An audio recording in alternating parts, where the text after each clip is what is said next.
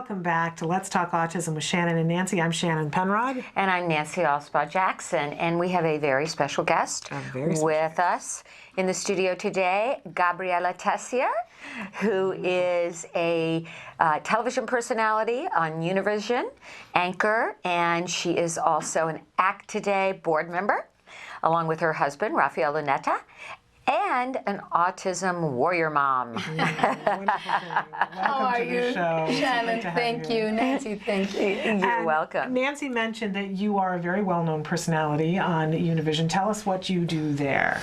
Well, I'm a news anchor there, and I'm in charge of the morning show.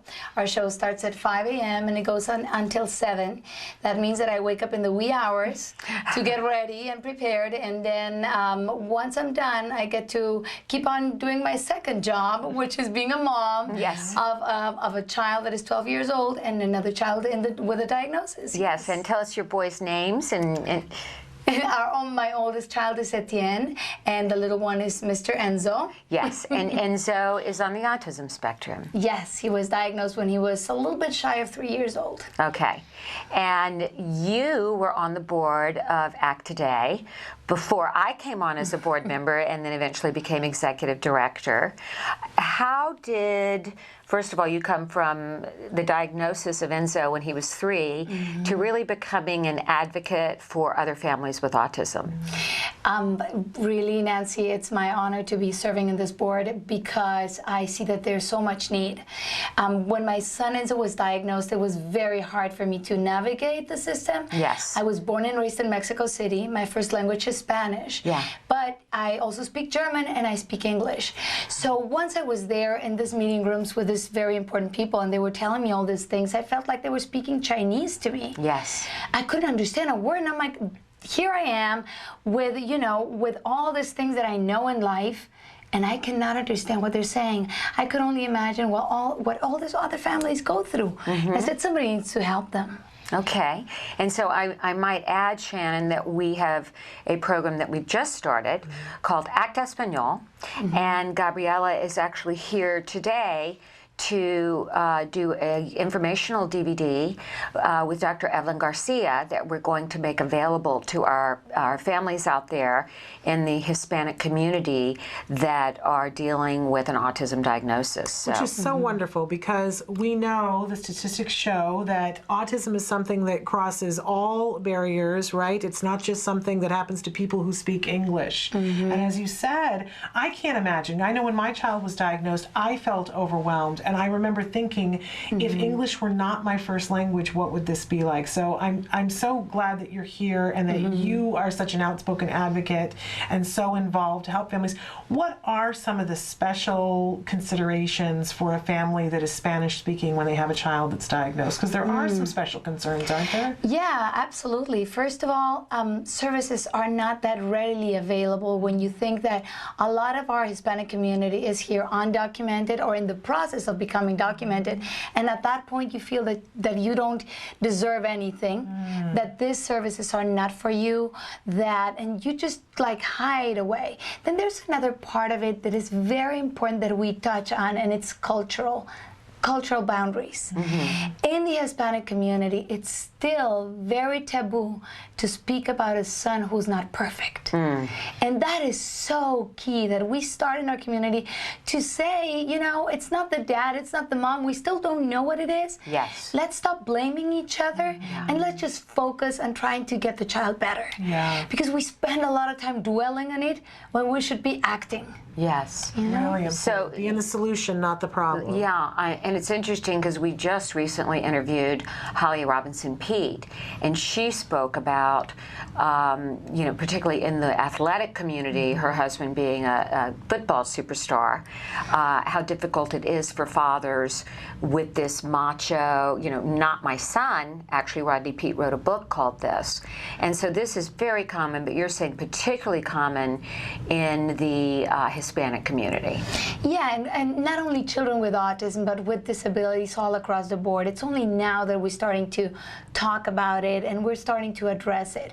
We know that there is for years, I mean, we have families that have kids with other disabilities and they've been hiding them for several reasons. One of them, lack of knowledge, and then also, you know, because as a community, we don't have those support systems. So where do you go?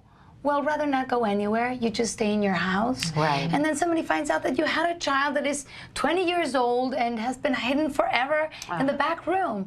And that's very sad. But the great news is that we're addressing it and we're moving forward and we're putting information out there in Spanish and we're talking about it in churches, community meetings, and schools. And that's important. That's really incredible and so wonderful that you're a big part of that. And you have been instrumental. We have now brochures available for families in Spanish that they can go to the Act Today website and they can get those materials. We're in the midst of translating more materials from Center for Autism and Related Disorders for the Hispanic community, as well as taping the DVD today. And we have a fair that you participate in at Univision. Can you tell us a little bit about that? Well, for the past few years, Univision has been putting together an educational fair, and it's once a year, and it's all about education. But then last year, I was already saying we should add that other component for kids that don't learn like the other kids, for kids that have other abilities, kids with autism. But let's just try to give them a little bit of information to these families. They pour by the thousands out there. Last year we had 45,000 people attending this fair, and it's a free fair. You get all the materials for free from different vendors, and they not only want your business, we're talking also you know, free stuff that you can access. So they just want you to know that it's out there for you. And we participated as Act in Espanol, and I was so happy to see families coming in and just breaking that ice. And this year, is it coming up? Yes, we're doing it. We're doing it. It's in October. Okay, and you'll be able to find that on our Act Today website on upcoming events when we get the date. You will be there giving information, and hopefully we'll have even more materials for Spanish-speaking families that have had children recently diagnosed or diagnosed in the past. And also for people who just think that there might be something that is not completely right there. Because some kids don't even have a diagnosis yet. And we want to find them, because if you find it early, of course you can intervene early and get a much better result. And that is in fact what you did with your child, correct? You started early. How old was he when you started? Yeah, a little bit shy of 3, but I know that I could have acted faster. I know that too. We all feel I know that way. too. Everybody feels that way. But you know, we talk about early intensive behavior intervention and when is early. For some people, that's 1. For some of us, it's 3. For other people, it's 5. For other people, it's 22. And I know that early makes us all tense, but early means as soon as possible. And so you did. Forgive yourself. And, you know what I mean? And that is why you're doing the work you're doing, and why I'm doing the work I'm doing, and Shannon's doing, because we want other families to have the benefit of, if they see the signs of the year, get in there, get the diagnosis. So, Gabriela, can you tell us just a little bit about your journey? Enzo was diagnosed at 3. Then what was the next step for you? Well, the next step for me was, first of all, again, going back to those cultural and family barriers, my first big task was to convince my immediate family that Enzo needed help. That was very big for me. It took a little bit of work. But then after that, we were all on the same page. And your husband, Rafael Luneta, who is also an Act Today board member, did he have a tough time with it? Very. Very hard time. Very hard time. It took him a little longer to understand it and to come to terms into it, and more importantly, Nancy, to find his place in this battle. Because we all take a stand, we all take a place, and we can all interact and work forward and to move this child into a better place. But he couldn't exactly know he didn't know what to do. He needed a lot more guidance. I think that we as women are more intuitive. We kind of know what to do. He was at times sitting with Enzo, and I could tell that he was so frustrated because he couldn't find the words to tell him, or how to touch him, how to approach him. It took him a little longer. Of course, and I think it does with most husbands. So that's something that we want our viewers to hear, that your husband may not immediately accept this, that we have to use love and patience, but be persistent in helping our spouses walk this road with us and help us. So it took a while. Your family was in a bit of denial, and then you convinced them we need to move forward. What did you do to move forward first? Well, we moved him from a preschool to another preschool, a higher quality preschool. Yes. Where I knew that these teachers were highly trained, and then I was making sure that he was among the right group of people. Then we accessed some of the services that are there through regional centers, through Regional Center, which we have here in California. Now, this webcast goes all over the world, and some of you don't have the Regional Center, but for those of you that do, this is a very important step, isn't it, Gabriela? It is, and you have to act fast with them. You have to be precise, accurate, and answer all the questions. Be there on time for your appointments. Yes, that and is persistent. May I say persistent? Precise and persistent, because many times they're overwhelmed with this epidemic. And what I found was I called and called and called and called and called, and it could take you 6 months to get a meeting. But once you get that meeting, I think we need to look at Regional Center as a partner, as an advocate with us, because that's where we're going to get our services. And don't be in denial about the severity of the diagnosis as well. That's a mistake a lot of moms make, isn't it? Yes, that's true. And also, well, first of all, I skipped one part, which was talking to my doctor, and the doctor, of course, said this child is fine. Right? That was another big thing. And I said, no, for whatever reason, I feel that it's not right. And it was another mom who told me, maybe you need to have him checked. And where did you go for that? Regional Center. She gave me a telephone number, and I immediately remembered it. I just put it in my brain, and I pulled it out of my memory as soon as I got home, and I called that number. Well, we hear this time and time again, Gabriela. Mother's intuition, if you feel that your pediatrician, because this happened to all three of us, correct? Yes, absolutely. My pediatrician told me that autism was the latest trendy soccer mom's disease, and wait a while. And your pediatrician didn't get it, your pediatrician didn't get it. Get a diagnosis. Go to several places. If your gut is telling me my child is not developing properly, go to a place where they'll listen to you and you can get a diagnosis, because you'll need that diagnosis to access services. Exactly, and don't be afraid of that diagnosis also, because when they called me, they were like, okay, I'm going to tell you over the phone. She said, I'm going to give him PDD diagnosis, because he was only 3 years old. Well, PDD, pervasive developmental disorder. Correct. Not otherwise specified. Not otherwise specified. That's what we got first. Exactly. And she said, don't be scared of the diagnosis. And this particular psychologist, she was also a great psychologist for me. Yes. She immediately started treating me right then and there. She said, the diagnosis will help you to access the services, as you said, Nancy. And so it happened. Okay. And from there, I was very close trying to find, well, then I went to my meeting with the school district, which was horrendous. Something again in me said, don't sign the paper, take it with you. The IEP. The IEP, the Individualized Educational Program. And I said, and I told the person there, and I said, can I take this home with me? And he said, like, oh yeah, didn't I mention this is your right, that you can take it with you? Forgot that, huh? Okay. So I had to take it, and I went home. You went home. Right then, that day, as they were evaluating Enzo bumped into a chair in that classroom. He hit his head. He was bleeding from the forehead. Still, he was telling me that he was not that bad. He was not severe. He could navigate a classroom. And I'm like, really? This is an empty classroom. He just bumped into a chair. Now he's bleeding from the forehead. What part of not navigating a classroom am I missing? Yeah, exactly. So you did get assistance with an advocate or an attorney, is that correct? I had to access an attorney. Yes. Definitely, I had to. Once the school had told me what services they were going to provide him with, I felt that there was so much more that I could access. Okay.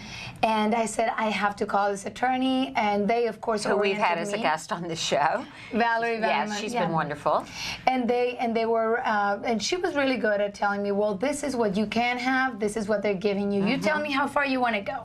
And I said, I want to go for everything. Right, right. Of course, we had meetings. We had a lot of, a lot of struggle. The district said they wouldn't provide him with that. We had to come back with with more documents and more meetings, and it was a little bit draining. But I hung in there. I learned a lot in the process. My English got better in the process. And so to all those Spanish-speaking mothers or bilingual mothers right now, I want to tell them you need to brush up your English, and also there's people who are professional translators, and they are there to help you out. If you don't understand the terms, you need to access these translators. That's so important to point out. Yeah. You're entitled to a professional translator at an IEP. Correct. Okay. Correct, at all times. All right, very important information. Yes, and you need to be able to understand every piece of paper that they give you. Do not sign everything if you cannot read it. Okay. That's All right. rule of thumb. Very good to know. So Enzo got the proper assistance at school. He got the proper placement. Did you do behavior therapy with him in addition to school? Yes, behavior intervention is key. Okay. I don't know where he would be without ABA. I don't know where he would be without behavior intervention. Speech played a role in it, but really all the language that he is accessing during ABA intervention is just already so great. Yes. So big. Yes. That I would say if there's not enough hours in the day, there was times where I was supposed to choose, okay, do I take him here or do I take him here? I mean, the day has only so many hours and the child has to rest. So I decided that ABA was the thing for him. Yes. I wouldn't skip 1 hour of that. Okay, good, good. Also a very good recommendation. And also, Nancy, I want to point out, CARD was not the first agency that provided Enzo with ABA. Okay. And there's other agencies. Some of them are not good.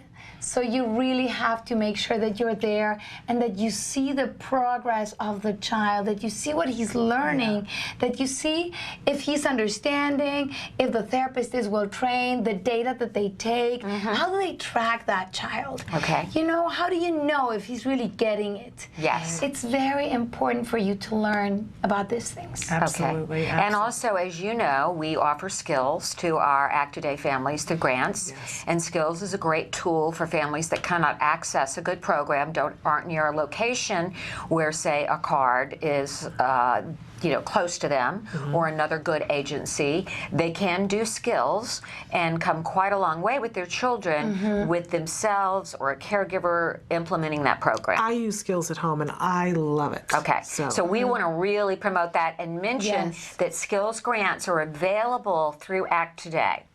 So once again, I think we just want to thank you for coming today. Yes, thank you. And we want everybody to come to our website, our Act Today website, and they will learn more about Act Espanol there. We're going to be building services on as we're developing this program. It's a program we're building right now, and we'll be having you again at the educational fair in October.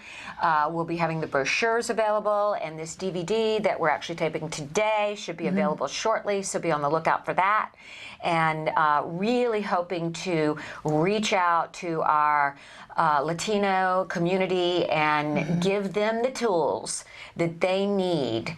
And if there was one thing you could say, Gabriela, to the families out there listening today, the Spanish-speaking families, about what they can do if they feel their child either has autism or has already been diagnosed, what would it be? Can you think of what that would be? I would tell them, don't be afraid, don't be scared, speak up, speak out, talk to people, talk to the teachers, talk to your friends and family, talk to the people at the church. I'm sure you're going to find somebody who has started already navigating this world, and they will help you out. Wonderful advice. Great words. Great. Thank you so much for being here. Shannon, thank you. Thank you very much, Gabriela. Nancy. I'll be seeing you a lot.